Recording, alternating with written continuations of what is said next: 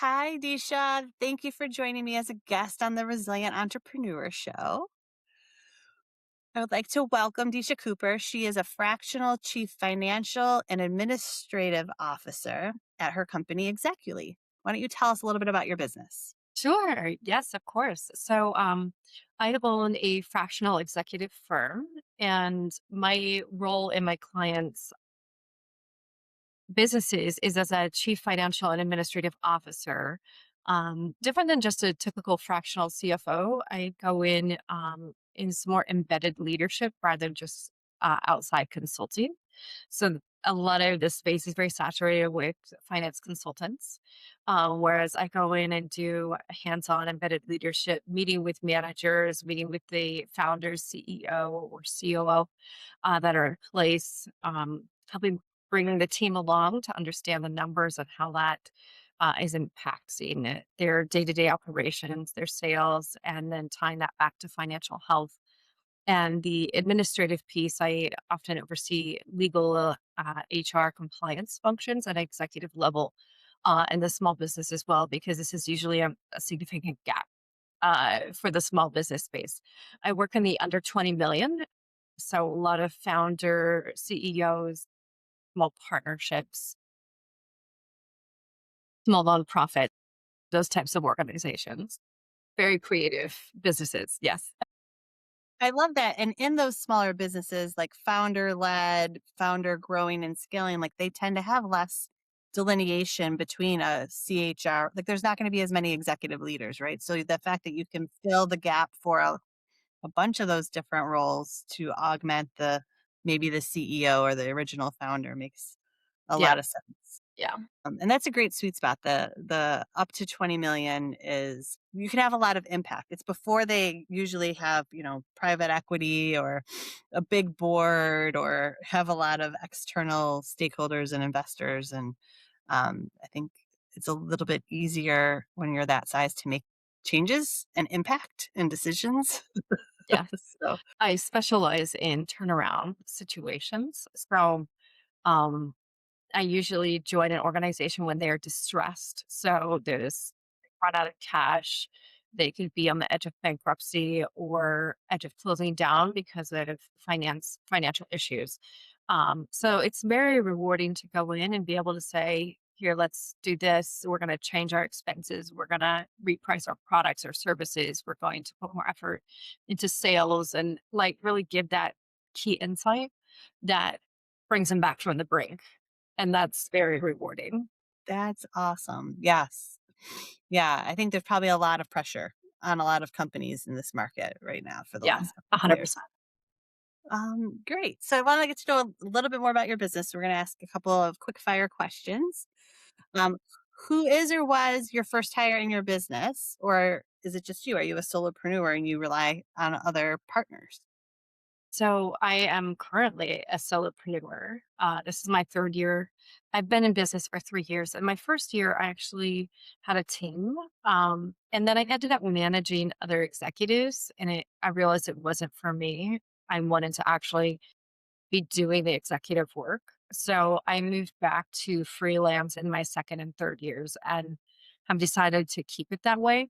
For now, I'm considering licensing the model as a brand to other fractional executives, but I wouldn't take a managerial role over them Yeah, to like give them clients or oversee their work. Yeah. I love, I love that. There is sometimes the driver is just the freedom and flexibility, and you lose a lot of that when you move into responsibility of others, employees in and or others. What about software? So, in I talk about AI as well. So, what is the tool that you cannot live without? It can be software or AI. Ooh. Well, I would say my Google Workspace calendar. Um, I live or die by that calendar. And I just recently found an AI tool called Reclaim. And it's a calendar management tool. And pretty much all I'm using it for is it has a lot of functions, but this one I can sync between multiple Google Workspace or Outlook calendars all to my one calendar and vice versa. So I was Yes. having this huge problem with having emails and calendars in my clients' workspaces that didn't show my true availability. Right. And now I have a tool, an AI tool that constantly is syncing all these calendars together. So on my client's calendar right now, it'll just show I'm busy, which is great. And then on my calendar, it syncs in all the details from their calendars. So I have this one truth space of I like, love here's that. everything you're doing today. And I always tell people if it's not on my calendar, it's not going to happen. I think that that is huge. That was a struggle I had as well. I use a tool called Calendar Bridge. Same thing. It stitches together all the calendars that I'm using, um, because it gets overwhelming if you do have multiple work calendars and a personal calendar, and then you forgot about your, you know, this appointment conflicts with this meeting, and you're always juggling and rescheduling on someone. Yes, So 100%. So that's my, that's, that's like the live or die.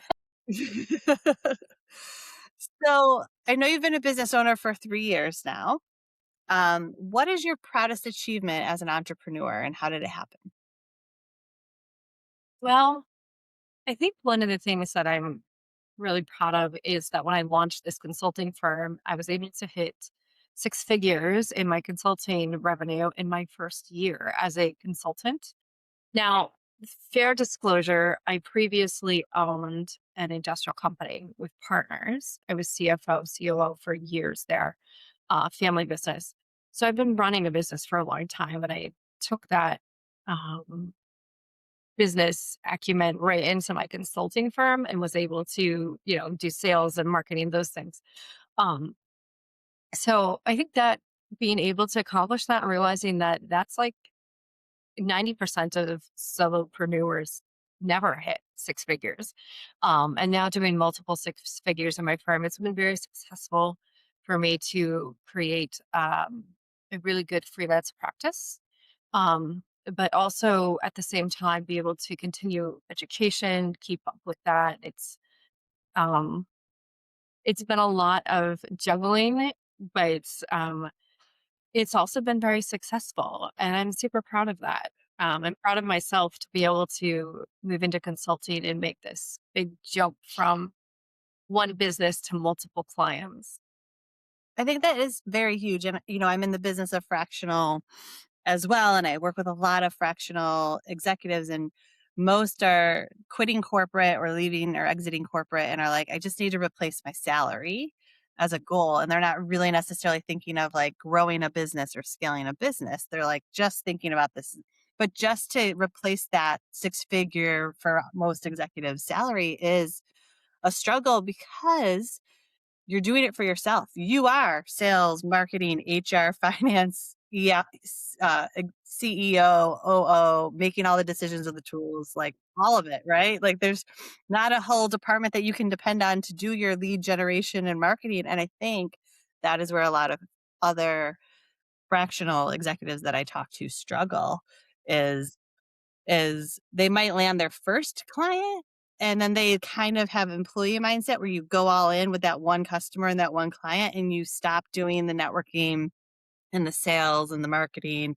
And then if that client ends, or that client's usually, if it's really fractional work, isn't really replacing your full-time salary and keeping you 40 hours a week full-time busy, then that client ends and you're like, oh no, now I don't have another project lined up, and I'm not, my funnel has dried up, so to Yeah. speak. It's And definitely a constant like juggling act of like, yeah, for me, I set how many hours a week do I have available?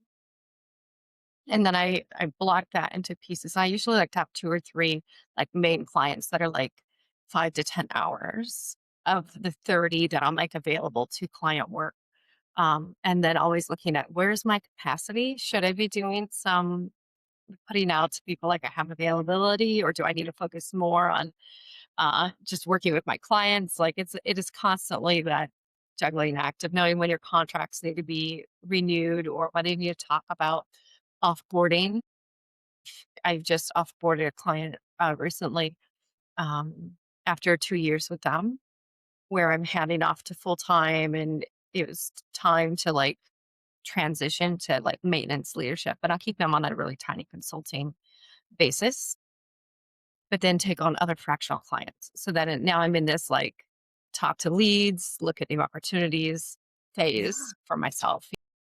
You're right. It's the capacity planning and the looking at a project plan into the future of like, when will this contract wrap and when will I need to add a new client? And um, it doesn't always have to add up to 40 hours a week, right? It's about a dollar amount that you want to make to sustain your standard of living on a monthly basis or an annual basis. And so, um, yeah, and it ebbs and it flows, and it's not always perfect. It's not always easy to plan. The thing that I think a lot of freelancers forget is that when you're an employee, you're often like you're getting healthcare coverage, you're getting 401k, um, you're getting all these other benefits, HSA contributions, things like that. And that's one of the things that I've been really cognizant of is that I need to provide all of my benefits. I need to be thinking about my future. And one of the things that I realized really early on in consulting was that a freelance practice is just that. I'm basically owning my job. And executively, people hire me for me. They hire me for the brain that I have, the experience that I have. They're not hiring my brand. And this brand is me. If I pass, I'm the key person. Like somebody's not gonna maybe they would, buy the name just because it's a cool name. But the business in and of itself is a very small asset and it's not enough to look at for like, I'm gonna have this thing and sell it later.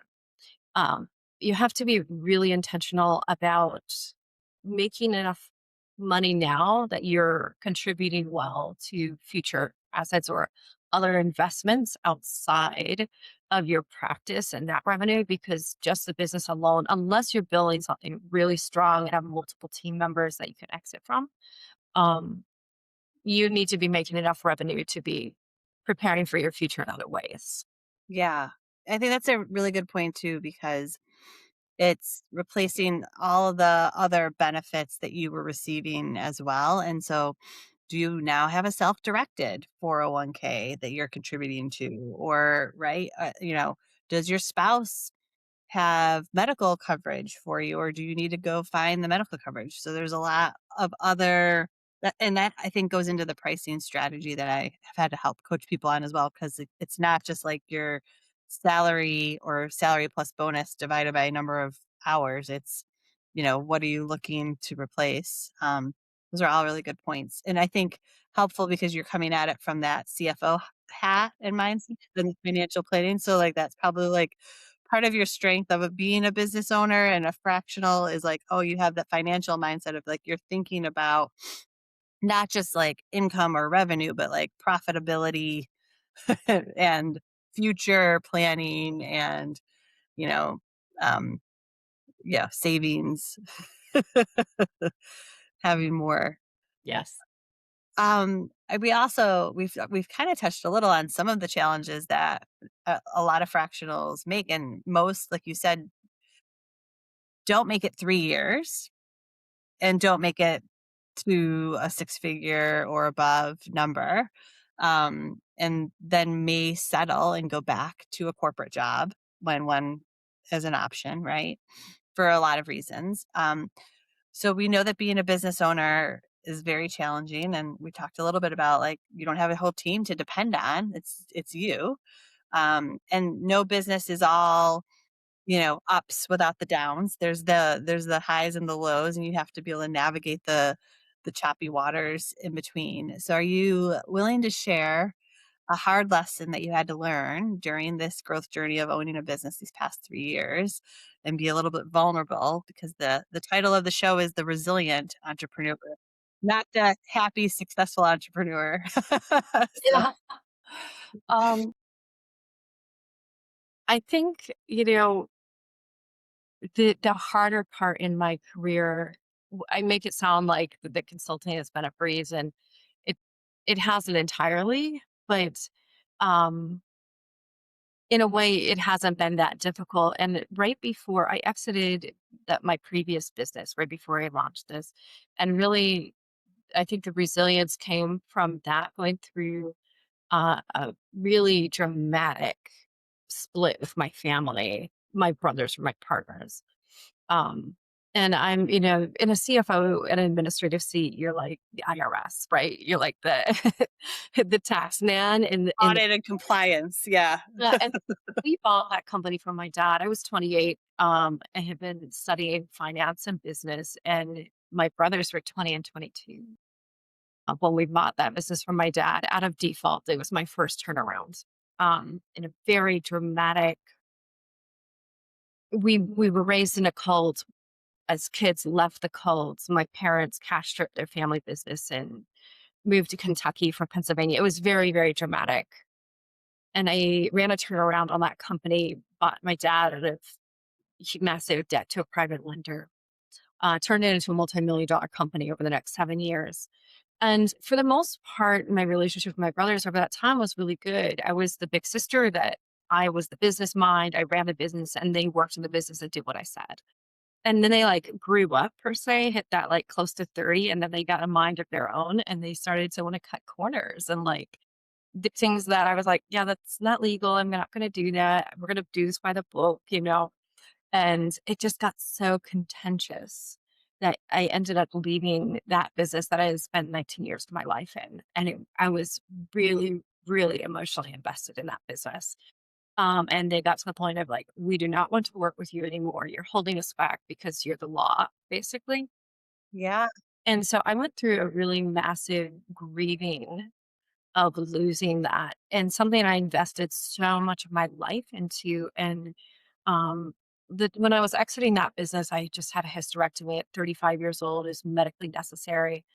And I was also grieving this thing of like, I gave up these childbearing years to build this business.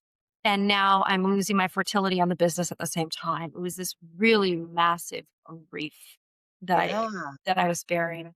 And I took 4 months off early 2022 to just catch my breath because I felt so disoriented.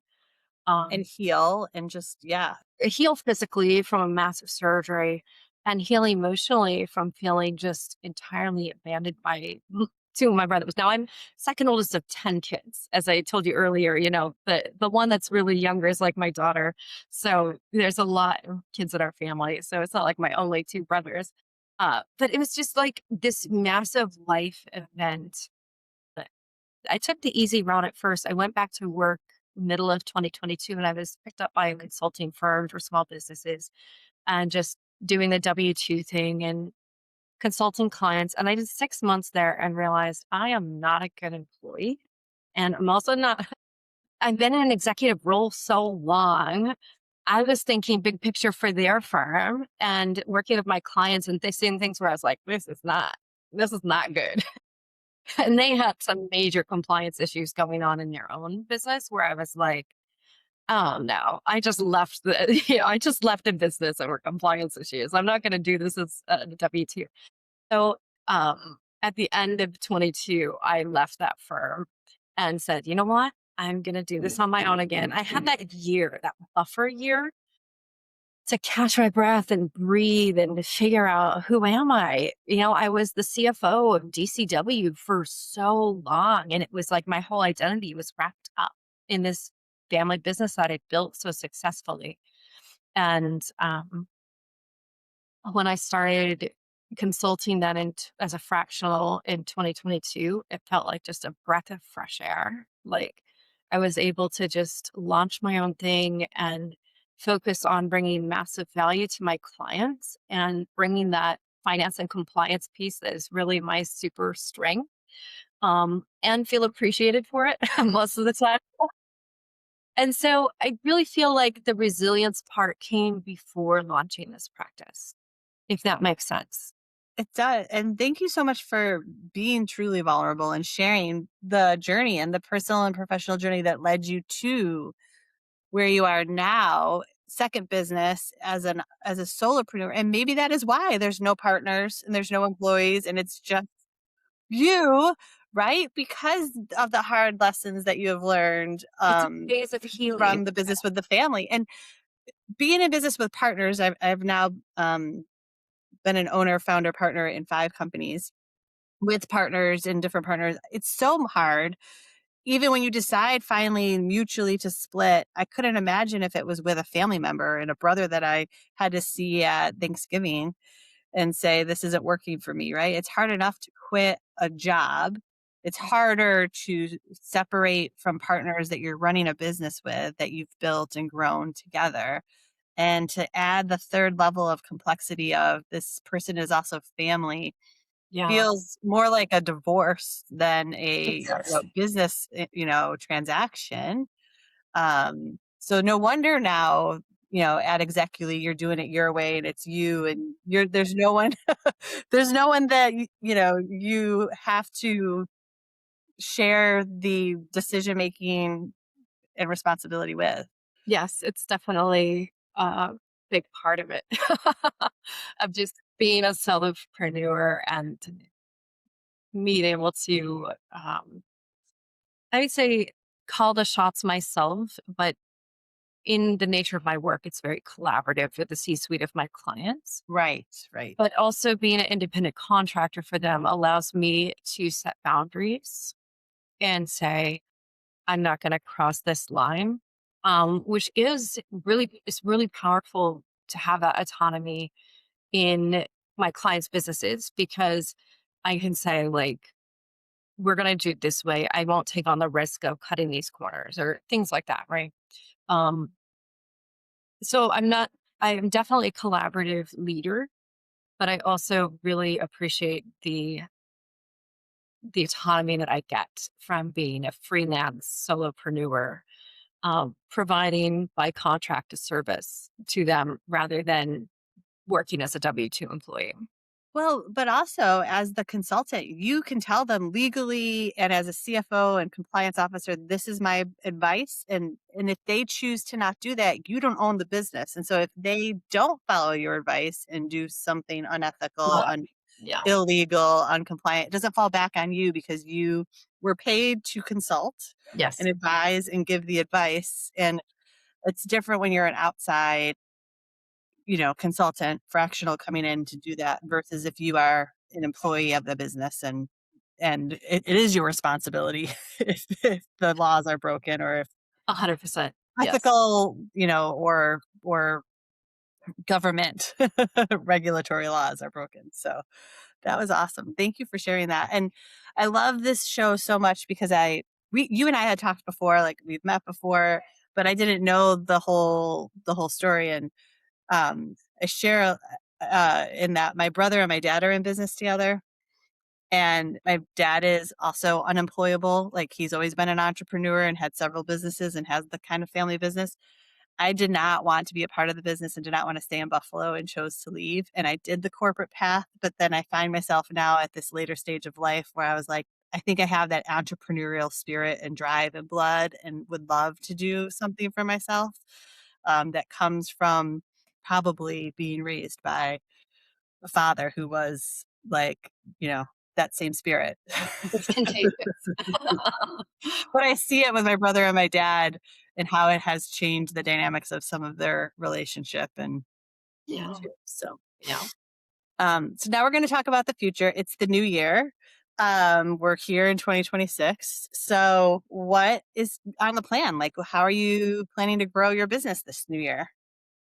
So for my consulting business, it's a fractional. I'm planning to stay, freelance. I'm in this phase of picking up a few new clients right now. But that's something I do about 30 hours a week. That's about as much as I can handle in Zoom calls and spreadsheets. I also have two other businesses. So one is a real estate company. So um, I'm planning to pick up another property this year and renovate that and rent it out. And then I have an e-commerce business as well. I know I sound crazy, but I just launched the product this year. It's actually I'm holding it in my hand.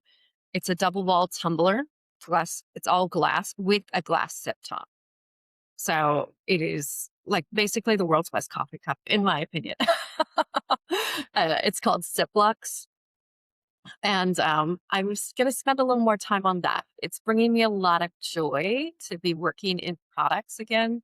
And so I've been doing some evenings and weekends on the e-com and learning to run Shopify and marketing campaigns, which is like totally opposite skill set of the finance lady and something I've always felt a little less comfortable when I'm in meetings with marketing or um, fulfillment is really understanding those functions really strongly. I've always been really strong in like finance, creative sales, some of these like more core pieces.